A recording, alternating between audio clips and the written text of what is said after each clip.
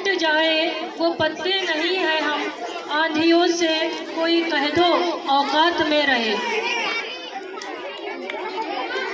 सबसे पहले गीत के लिए मैं दर्जा अव्वल से खदीजा इरम और फातिमा कौसर को आवाज़ देती हूँ कि वो यहाँ आए और अपना गीत पेश करें।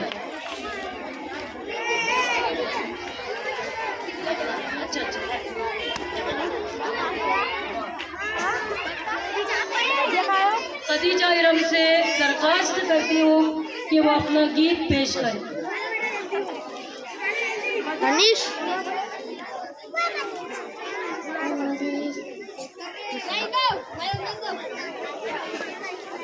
हेलो